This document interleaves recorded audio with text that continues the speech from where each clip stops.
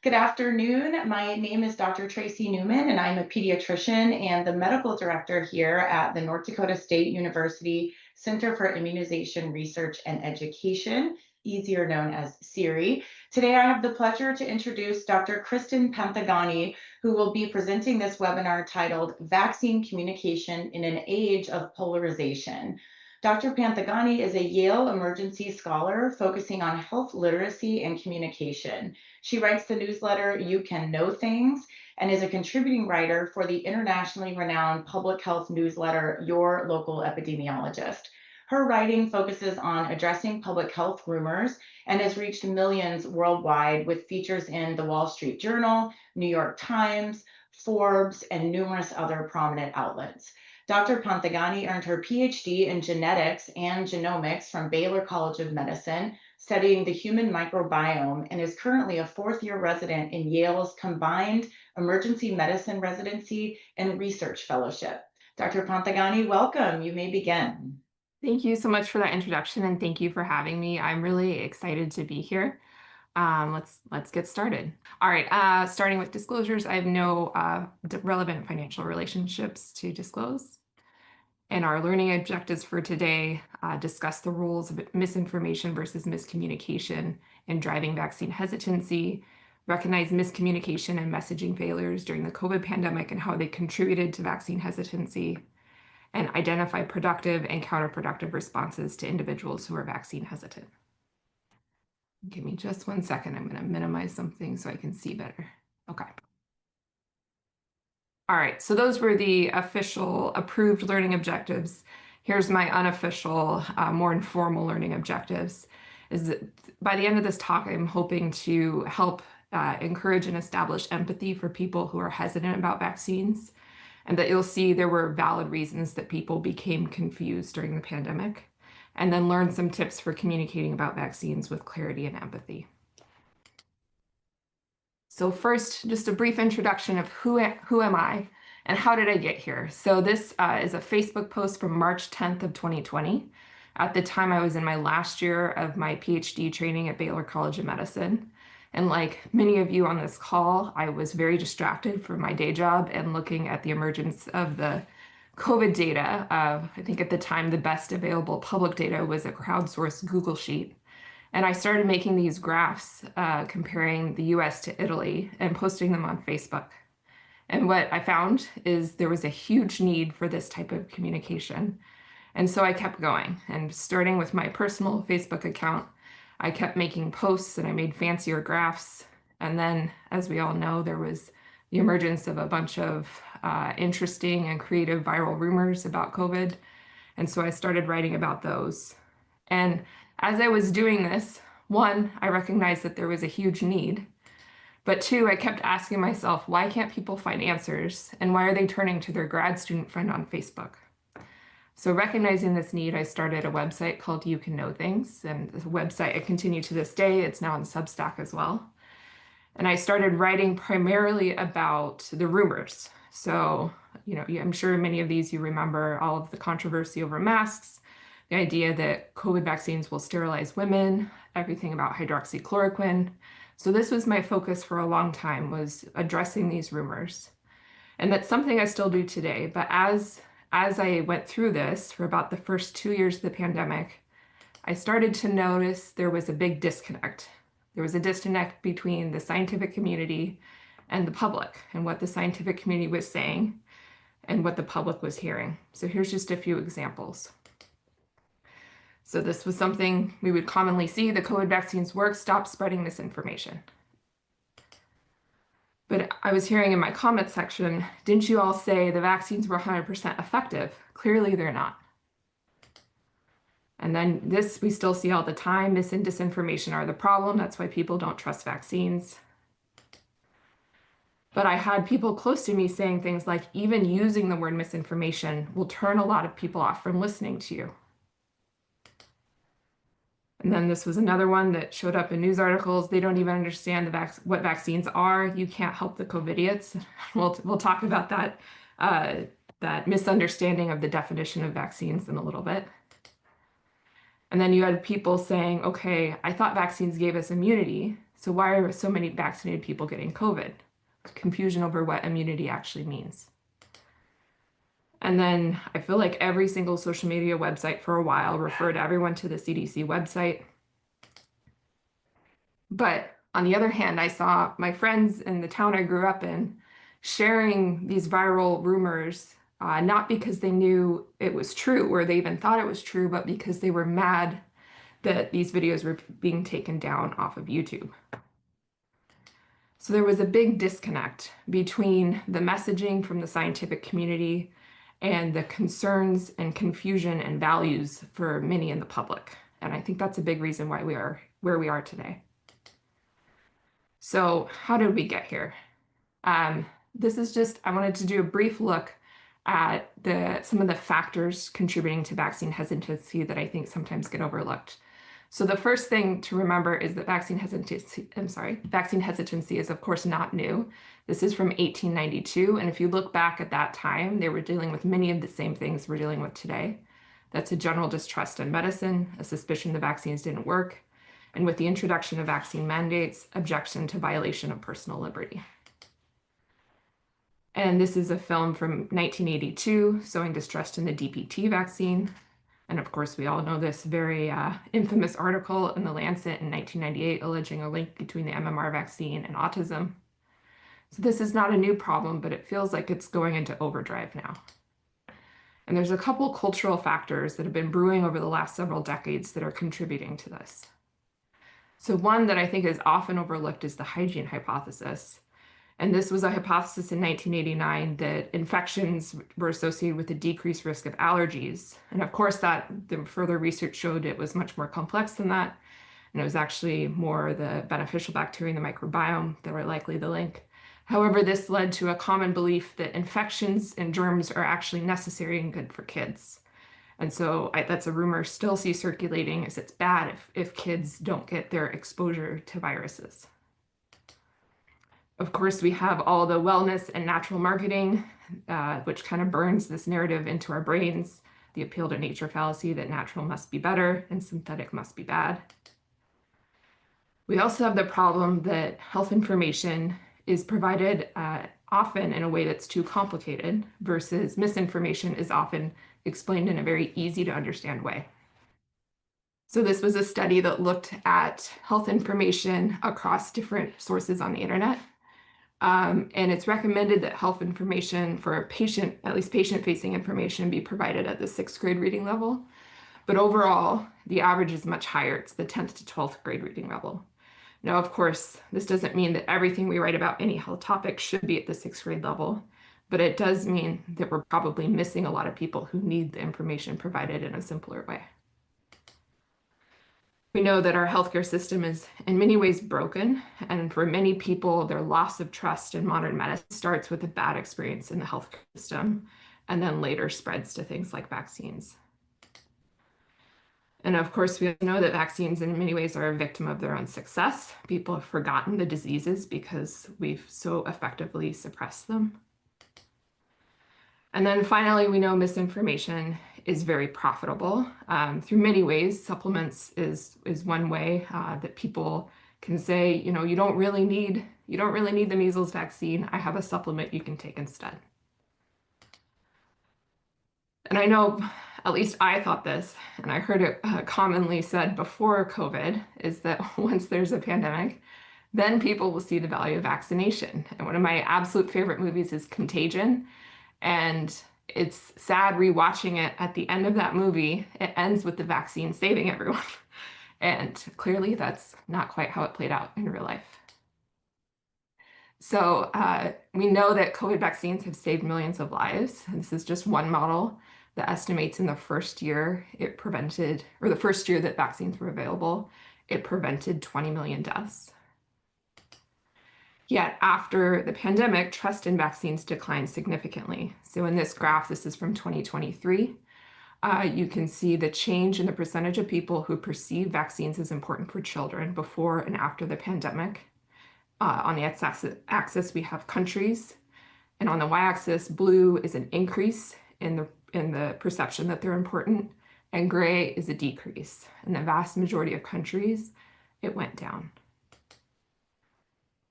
This is some more recent data.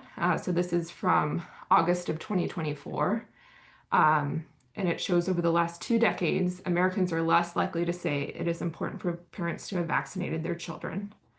The blue line is those who say it's extremely or very important, and the green is extremely important. And then this is from this summer, July through August of 2025. And we see that many parents express doubt over childhood vaccine recommendations and safety. So the percent of parents who say vaccines do not go through enough safety testing before being recommended for kids is 35% of parents. And 26% of parents say the CDC recommends too many vaccines. So a lot of people, when they see this data, they say, okay, misinformation is the problem. There's so many lies and rumors and falsehoods about vaccines, and that's why we've lost trust. And there's certainly some truth to that. Certainly a lot of truth to that. So this is data from 2023, looking at the prevalence of belief in false claims about COVID vaccines. And the one that just absolutely blows my mind is that 1 in 3 Americans believe COVID vaccines have killed thousands of people. 1 in 3 Americans say that claim is definitely or probably true. That is a giant chunk of the population. And this is what I spent a whole bunch of my time over the last 5 years writing about, was all these rumors and myths. And while I fully acknowledge it's a giant, giant problem, I don't think it's the only problem. So what I saw over the last 5 years, in particular during the first year and 2 of the COVID vaccines, is that sometimes what we were calling misinformation was really miscommunication. So some definitions for you. Misinformation is the dissemination of false information, either knowingly, which we call disinformation, or unknowingly. While miscommunication is any message or series of messages where the preferred meaning is misinterpreted by the target audience. So here's sort of an imaginary example pulled from years of reading comments and looking at what people are posting online.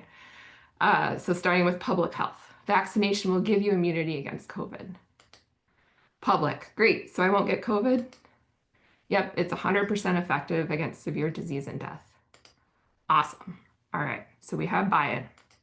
Then a little while later, Delta hits, and people who were vaccinated started dying. And the public is saying, my mom died of COVID and she was vaccinated. We say, okay, well, there's a new variant, but the vaccines are still highly effective. But more vaccinated people are dying than unvaccinated, which at the time was true.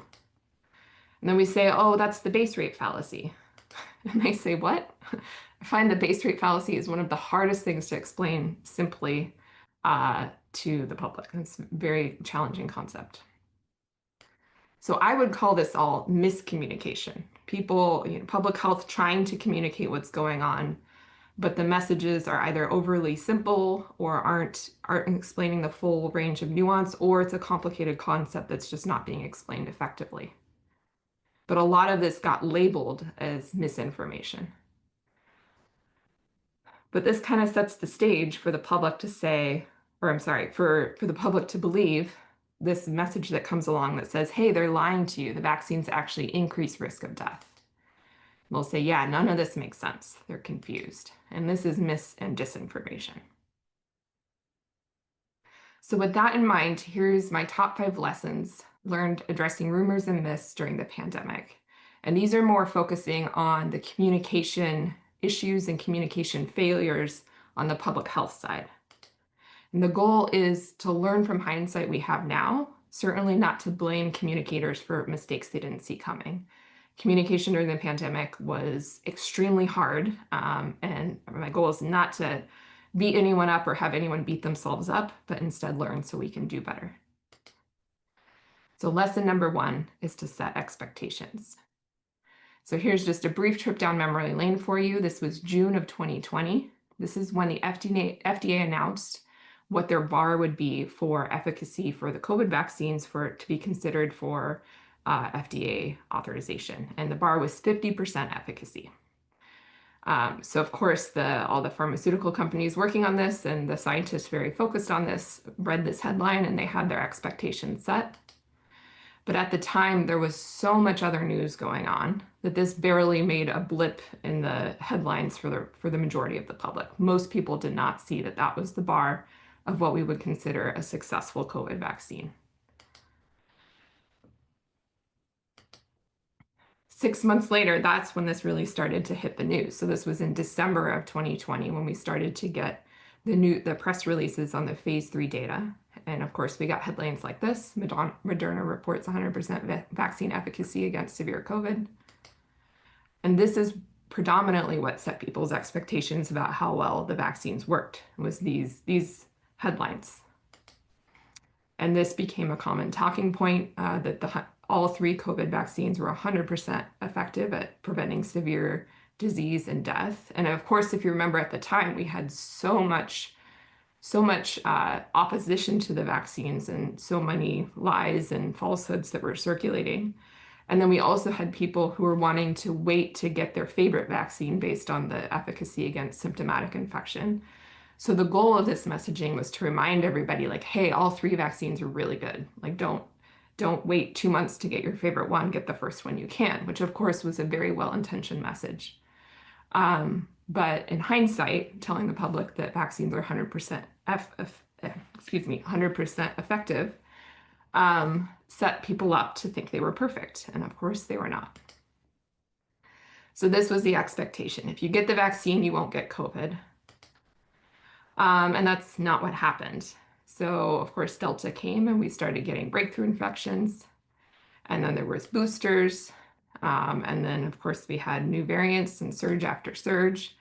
And so this is how a lot of people started feeling, is that they were told it was 100% effective vaccine. And of course, that was against severe disease and death, not symptomatic infection, but getting cohesive messaging over clinical endpoints is pretty challenging, and a lot of people mix those up.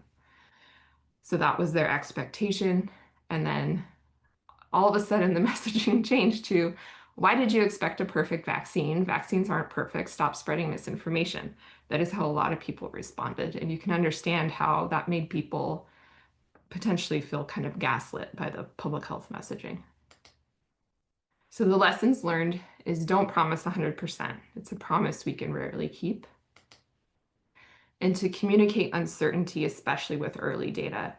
If we had put out messaging that said something like highly effective, even that would have been better than 100%. And I think part of the messaging was motivated by all of the negative press and not press, but the negative pressure against the vaccines, and that there were so many people who were hesitant and all of the rumors and falsehoods.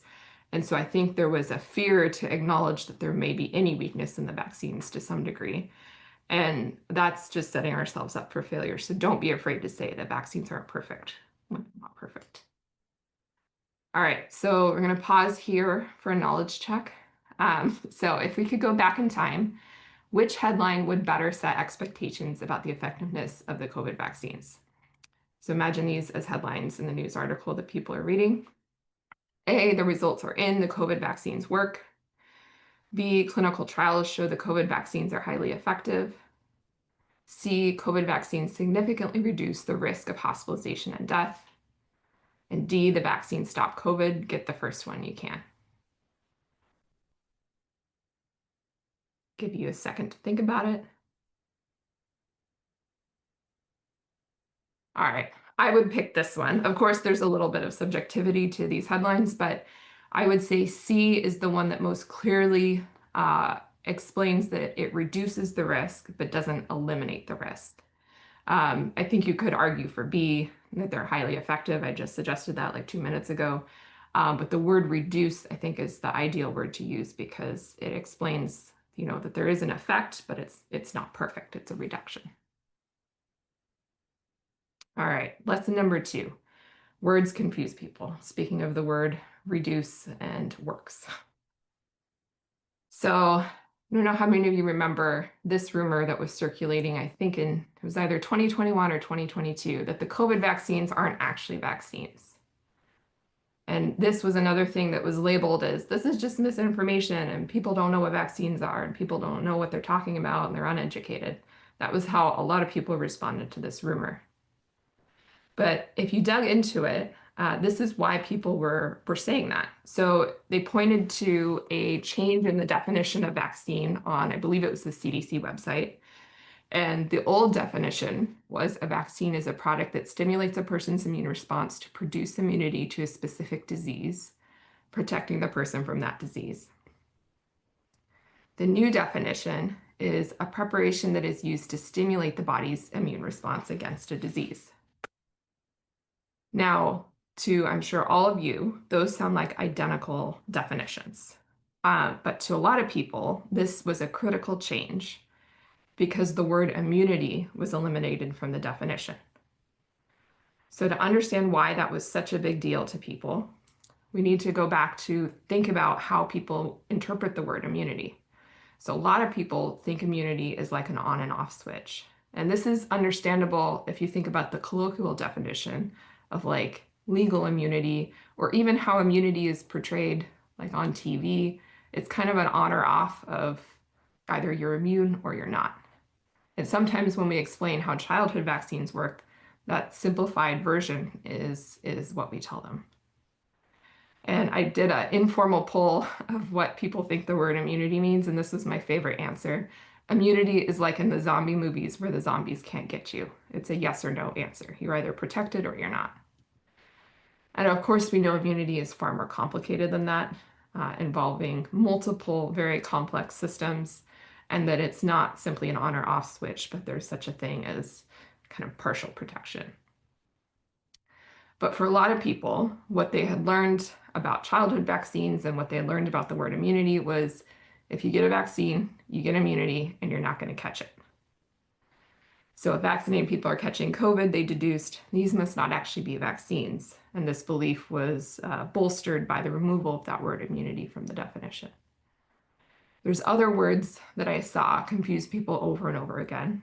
So one of them is prevent. Of course, the medical meaning is reduces the risk of outcome. And a common meaning is to completely stop outcome. Works, the medical meaning is a significant reduction in a bad outcome.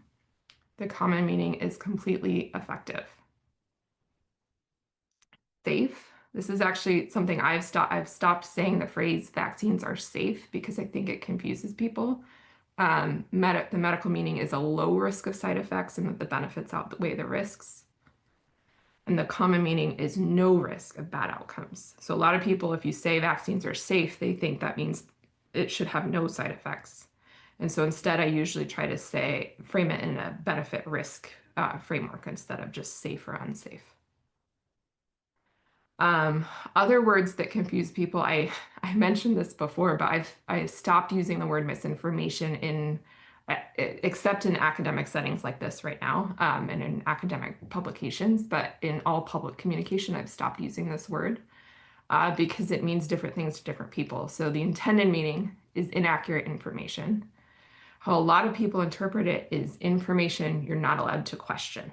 And of course, if I start by saying, this rumor is misinformation, or this thing that RFK Jr. just said is misinformation, a lot of people are going to interpret that as you're not allowed to question what I'm about to say, and this is the truth, and I don't care what you have to say about it. So to a scientist, this is a vaccine that works. So we can see the unvaccinated in orange. This is US COVID deaths, vaccinated in purple. That is a dramatic reduction. We look at that and say this is super effective. But remember, the public was expecting 100% efficacy against death. And so they look at this and say, okay, these are vaccinated people who still died from COVID. That's not what I was promised. So lessons learned, sometimes odd rumors like the COVID vaccines aren't actually vaccines are signs of genuine confusion. In this case, it was confusion over what the word immunity actually means. And when possible, try to avoid words that have multiple meanings, like I mentioned, or if I know it's almost impossible. I'm not saying you can never use the word works again, but be sure to add clarification and think about how different people may interpret it. All right, so here's our second knowledge check. For each of the claims below, identify the words that are easily misinterpreted and may lead to miscommunication about vaccines. So the COVID vaccines aren't actually vaccines because they don't give you immunity. I caught COVID after getting vaccinated. They don't prevent you from getting sick. The flu vaccine doesn't work. Tons of people still catch it. So in the first sentence, immunity is the problem. People interpret that differently. Second sentence, prevent. Some people think that means reduce the risk. Some people think it means it's totally eliminating the risk. And then, of course, the word works. All right, lesson number 3. Shame does not work. So this is a cartoon from the New Yorker, I think from 2015. And if you read the caption, if you connect the measles, it spells out my parents are idiots. And this type of shame-based messaging is unfortunately, at least in the online world, a very common approach to vaccine hesitancy. Here's a couple headlines. Anti-vaxxers are stupid and contagious. Anti-vaccine debate proves you can't fix stupid. People think anti-vaxxers are stupid and selfish. And this rhetoric is incredibly common online. And it comes from a place of valid frustration, but unfortunately it's framing in a way that's unhelpful. So for me, it's helpful to think about this distinction between guilt and shame that kind of highlights the way not to do this in a more productive way to do this. So this is from Brene Brown. She's the one who really broke this down and explained it. So guilt is more focused on behavior. So guilt says something like, I've done something wrong. And shame is more focused on the person. So shame says it doesn't say I've done something wrong. It says I'm a bad person. Guilt says when you said that it was hurtful. It's focusing on a specific behavior and the outcome. Shame says you're mean and heartless in response to the same message. Guilt says not vaccinating increases the chance that you and those around you will get sick. That's a focus on the behavior and the outcome. Shame says anyone who doesn't get vaccinated is selfish and doesn't care about other people. That's now making a judgment about the whole person instead of focusing on the specific behavior and action. So overall, these focus on the behavior versus shame, which attacks the whole person. And we know that shame is an unhelpful approach, but unfortunately, it is very commonly used. So there was an analysis of TikTok videos that looked at both pro-vaccine and anti-vaccine videos, and the pro-vaccine videos used more negative language and judgment than the anti-vaccine videos. And we know that this was a study during the COVID vaccine rollout. Feeling morally reproached or morally judged for vaccination or not vaccinating was strongly associated with vaccine refusal. So I think the rationale behind the shame-based approach is if we make it socially unacceptable and make people feel, like they're bad people for not getting vaccinated, that will motivate them to change their behavior. In reality, it's the opposite. And this was a study of Twitter conversations that found negative or rude corrections of misinformation often backfired and further entrenched the recipient in their belief, versus more neutral or positive responses were far more effective. And I think the reason this is such a problem online is often those shame-based rants, sometimes by physicians and scientists, sometimes just by members of the public. They resonate with a lot of people because there's certainly a lot of valid frustration about all of the lies and rumors about vaccines. And so they go viral. And if you post something about vaccines and it goes viral, it can feel like you're helping because you're getting more people to see your message. But we know from this data that if someone who's truly vaccine hesitant sees that message, it's actually likely to do more harm than good. So what do we do instead? So first, fully acknowledge how frustrating the rise in vaccine hesitancy and mistrust is, and vent about it, but privately, not on the internet. And yeah, this rejection of evidence-based medicine in favor of anecdotes and memes is incredibly frustrating. But reacting out of anger to that frustration is itself not evidence-based. So don't respond to anger about people not following evidence-based medicine by doing something not evidence-based yourself. And what do we do instead? Connect over shared values. So messaging like this is from some news article. I can't remember exactly what. But messaging like this is common, but not effective. And instead, it's far more effective for people, if you're trying to connect with someone who's hesitant about vaccines, to connect over shared values instead. So this was a study where they put out an ad about the COVID vaccine on Facebook, and they used their A/B split test feature, so you can make 2 ads and see which one performs better. And on the left, they did an efficacy focused message. So most COVID deaths are now among unvaccinated individuals. Vaccines work. Get yours now at your local pharmacy or doctor's office. So emphasizing that the vaccines are effective. On the right, they did an autonomy focused message. So no one likes being forced to do anything. You have a choice. Most COVID deaths are among unvaccinated individuals. What do you choose? And the autonomy focused message did better. And this is especially true now, I think, with the rise in the medical freedom movement and people highly valuing autonomy in their healthcare decisions. This was another study that just looked at the difference of letting people know the religious affiliation of the messenger. So the study, everything else was identical. It was a video about the COVID vaccines in a controlled online survey. And the only difference between the 2 study conditions was one version had Francis Collins share that he was a Christian, and it was at the beginning of the video interview in addition to in his biography. The other one did not. And it had a dramatic effect. This was a study specifically for American Christians.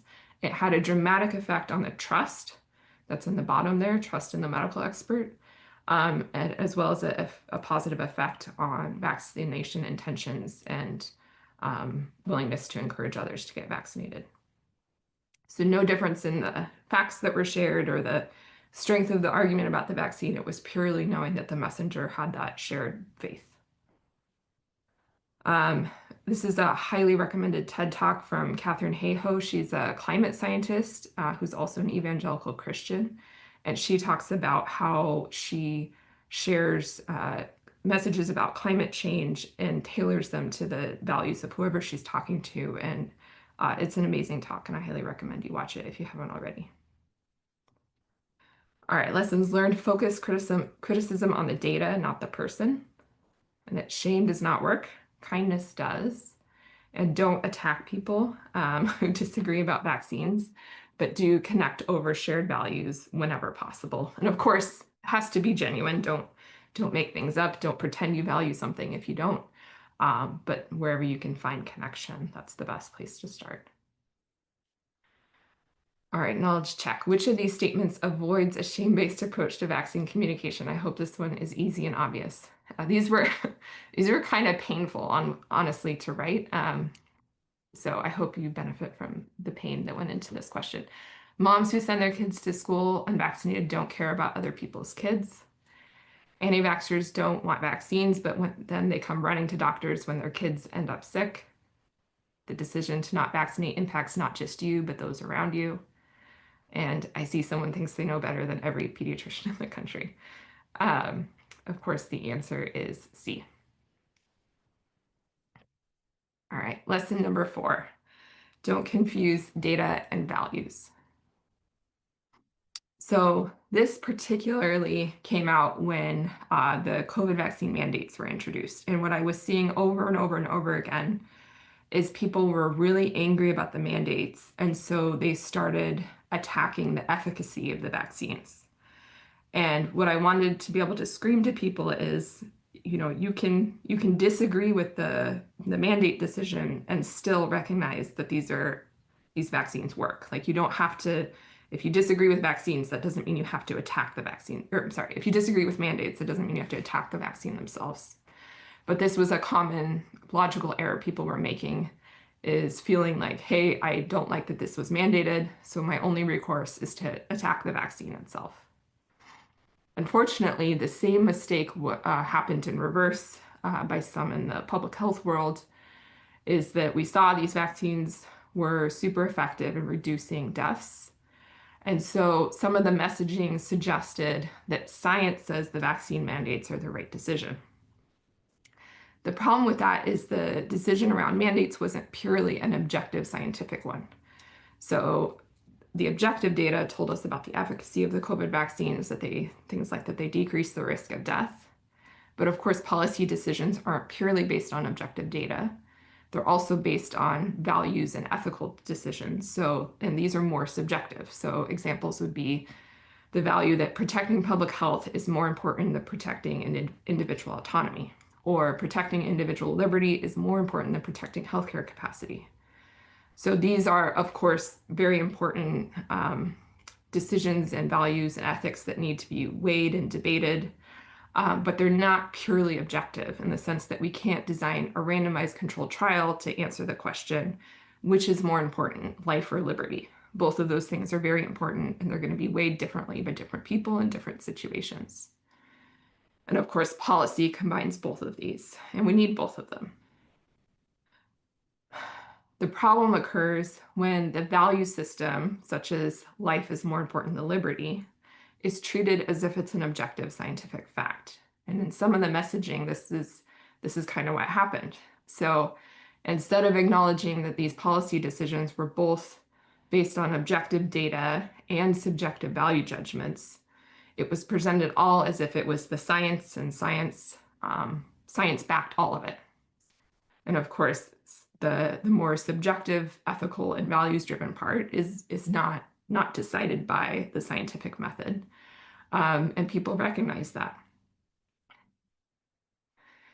So what do we do instead? Recognize that those two things are distinct and be clear where the data ends and where ethical arguments and value systems and opinions begin. And be careful not to label the latter, excuse me, the latter half as something that science says. And if scientists mix their values, ethics, and opinions into the data and call it all science, then the public will view science as a matter of opinion.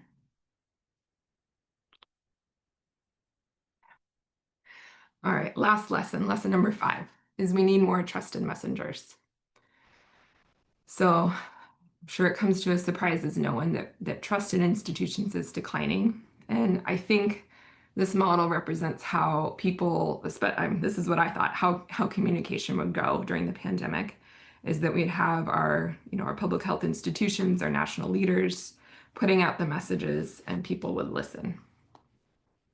And this is more how it went, is that we had those messages. Sometimes they were great, sometimes they were confusing, sometimes they were late, but they were failing to reach a lot of people, and people were trying to find other sources of information, like their grad school friend or grad student friend on Facebook. So I think this is how it needs to go. Instead of this top-down approach where we're expecting kind of the health institutions and leaders to be the main ones communicating, now that information is so accessible and disseminated so rapidly on social media, we need more trusted messengers embedded in both physical and online communities that can rapidly and accurately share up-to-date information. So that means we just need more communicators. And so this is my call to action for you, is that this is you in your community, whether you're a clinician, this is you with your patients, or if you're a person who is either on social media or is interested in becoming on social media, this is something that's very much needed. And right now, we're kind of the voice of the accurate information is being drowned out by the inaccurate information online.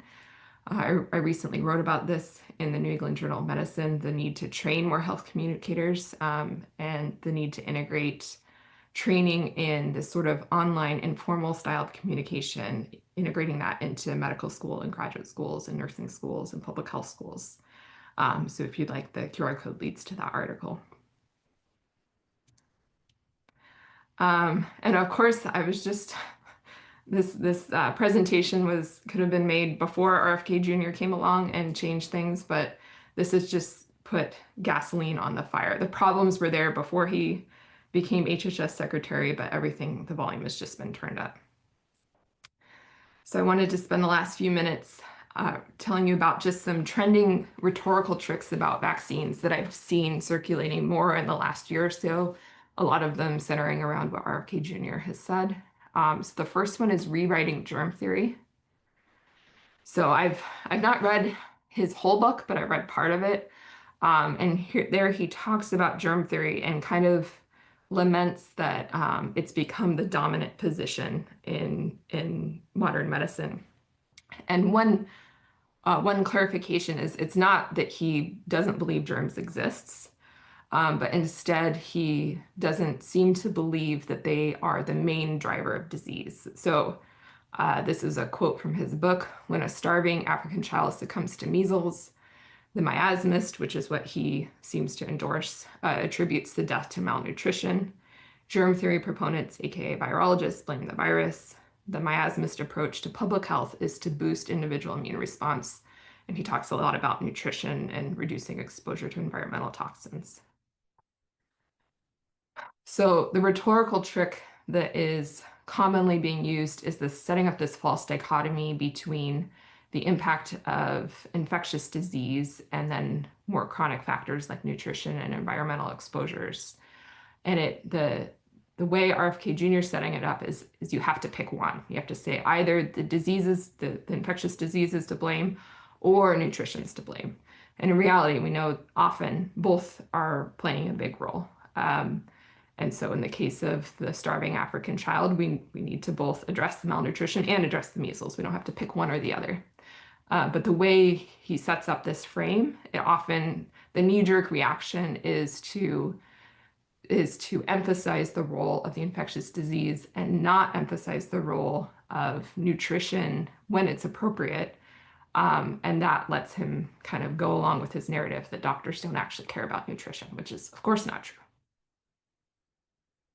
So the solution: don't fall for the rhetorical trap. Whenever you can, emphasize the importance of nutrition, environmental factors, as well as things like vaccines. We don't have to let him push us into a corner of only picking one. We get to pick all of them. The next one I've seen trending is redefining what informed consent is. So this is a very simplified version of what informed consent actually is, which is expert recommendation based on clinical context and evidence, and then the explanation of the risks and benefits in an understandable language to the patient. And then the patient has an option to ask questions and then ultimately makes a decision. So it's being redefined where it's sort of eliminating the importance of the initial expert recommendation. And instead, it seems to be wanting to give people a giant list of risks and benefits, and then the patient is expected to do their own research and figure out what's best for them, and then they decide. So the rhetorical trick that's happening is implying that expert recommendations infringe on personal autonomy. And of course, that's certainly not our intention when going through the process of informed consent. So the solution when you're coming up against this type of rhetoric is to emphasize the role of experts in empowering people to make health decisions by being a resource to explain the data and answer questions. So it's not that experts are just telling everybody what to do and then they have to do it, but that we're there to be a resource and to empower them and to help them make decisions that work for their lives. So this is my last slide. I just want to end with this. And it's a reminder that while we are seeing this rise of, or decreased trust in vaccines and then rise of this rhetoric against vaccines online, there's still a lot of people who are just confused and who just don't know what to believe because they're getting so many conflicting messages. So this was the data from this summer, July and August of 2025. Few parents say they think false statements about vaccines and measles are true, but at least 4 in 10 express uncertainty. So if we look at the top one, chronic disease are likely rising because of an increase in the number of vaccines children get. 13% say that's true, 45% say it's false, and then 41% say they don't know enough to say. So those are the people we need to reach. Those are the people who are just not finding a good source of information to answer their questions. It's not like they're totally against vaccines, but they're just confused by what they're hearing. So there's still a huge window to reach a lot of people who have genuine questions. And I just wanted to acknowledge Caitlin Jetelina. I work with her, one of the contributing writers for Your Local Epidemiologist. A lot of the content you saw today started as a series I wrote on her newsletter last October, and her insights have been invaluable in kind of reflecting and learning these communication lessons. All right, with that, I'll take any questions. Thank you, Dr. Panthagani, for an incredible presentation. Okay, I do believe we have a couple of minutes here for questions. We had so many that rolled in. I think a nice segue, because you were just ending on this, was someone asked, where do you suggest that us as health communicators get our information with the infrastructure collapsing for finding and verifying scientific evidence? That is a great question. I don't know that I have a simple answer. So I think it depends on specifically what we're talking about, of course. So right now, from what I've seen, some of the information on our traditionally trusted sources like the CDC is still accurate, but there's obviously the concern that some of the information is disappearing and that some of it may be changed. Um, I think it's a major need that needs to be filled. I don't know that I have a simple, like, here's where you go.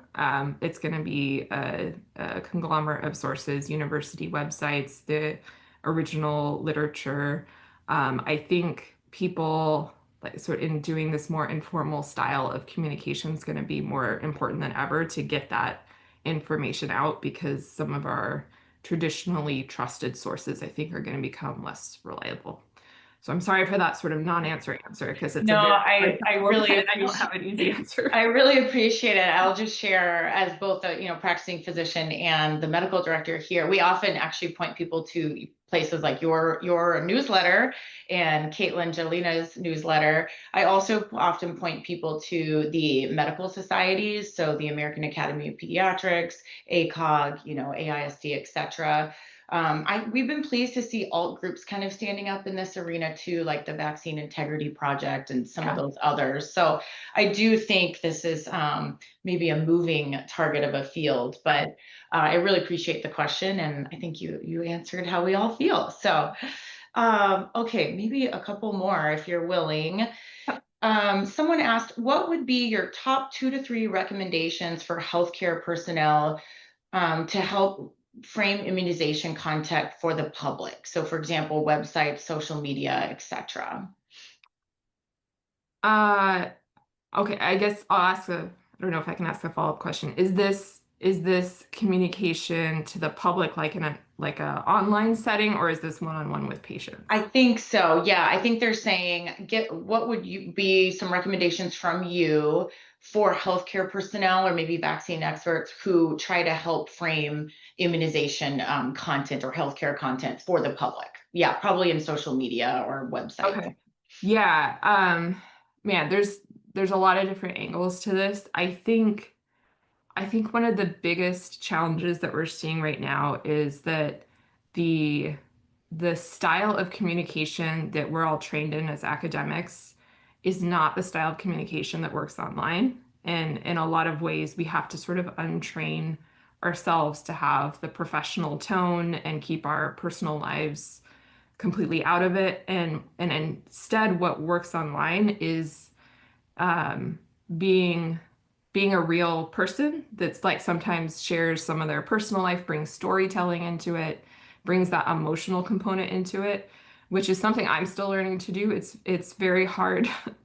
Like, we're trained to not use anecdotes. The anecdotes are what are really compelling. And so learning to make that transition if you're trying to communicate online, I think is going to be the biggest challenge and the most important hurdle for us to overcome, is learning like what really resonates online. And it's being an authentic human being, not being the person just in the suit that's a talking head, and weaving in the evidence-based medicine with storytelling and compelling content. So that's easier said than done, but I think recognizing it as, just the lecture style like we're doing right now, that just doesn't work online. Yeah, I really appreciate that answer. You've probably seen there's poll data to say that while people are losing trust in government agencies or maybe even public health, entities, people do still trust their individual providers Yeah, highly, and nurses actually are highly yeah, trusted. So being absolutely. able to do that in that space is very important. This one is a little bit more maybe in the clinic visit, so kind of along the same vein here. This commenter said, I really appreciate the content you shared. I struggle to find the sweet spot in vaccine communication because of the seemingly conflicting research from pre-COVID times that shows language that isn't strong or includes qualifiers leads to a decreased trust in the general public. How do we ensure we're providing straightforward, confident language that is also accurate and doesn't overrepresent what the vaccines will do? Kind of a mouthful, but I know what they're getting at. I think here at SEER, Yeah. we used to teach about like the presumptive method. And I don't know, curious to hear your thoughts about that. Yeah, that's a great question. And I think maybe part of that is what works in a one-on-one visit. Like that's a totally different communication environment than like public messaging. Because in the one-on-one visit, you get to read their response, you get to understand what their specific confusion is, you get to answer follow-up questions. So that is separate than putting out a message on, either a press release or a video or something, where you have to have one message that kind of works for everybody, which is never the case and never actually works for everybody, but you have to try.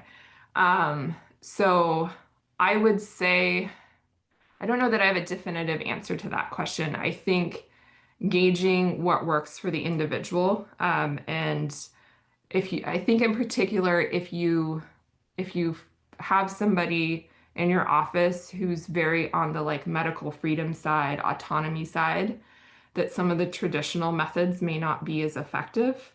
And that just sort of I'm the expert and this is what I say to do can really backfire for that group. But it may be that the methods that you've been using for somebody who's just like, I don't really know, are still going to work. Yeah, fantastic. We do very similar teaching here about, people are on a spectrum of either hesitancy or acceptance and trying to kind of locate where they are and then tailoring your message to that, especially one-on-one visit. There's not a one size fits all when it comes to vaccine acceptance for sure. Okay, I don't want to take too much of your time. Maybe we'll just do one more. There are so many questions pouring in. Feel free to choose one if you're seeing them too, but I kind of liked this question maybe to end. Are you concerned that as healthcare professionals, we are normalizing vaccine hesitancy the more we talk about it? Uh, that that's a great question. I guess I think the answer is no. And the reason why is people we're not the ones generating this. Like it's not that people are hesitant about vaccines because doctors are talking about it too much. People are hesitant about vaccines because there is so much content circulating online about that's sowing distrust in vaccines, or that's, I guess, a big part of it. So if we stop talking about it, that's not going to go away. So I think it's important to acknowledge that people have questions, and I think framing it as people having questions instead of, a lot of people don't trust vaccines. Say a lot of people have questions about vaccines is one way we can kind of shift the concern that's being addressed is that, if we talk about it so much that all these people distrust vaccines, then maybe people are like, I should distrust them too. So I think we can address it without fueling it by just acknowledging that people have questions, and that's fine.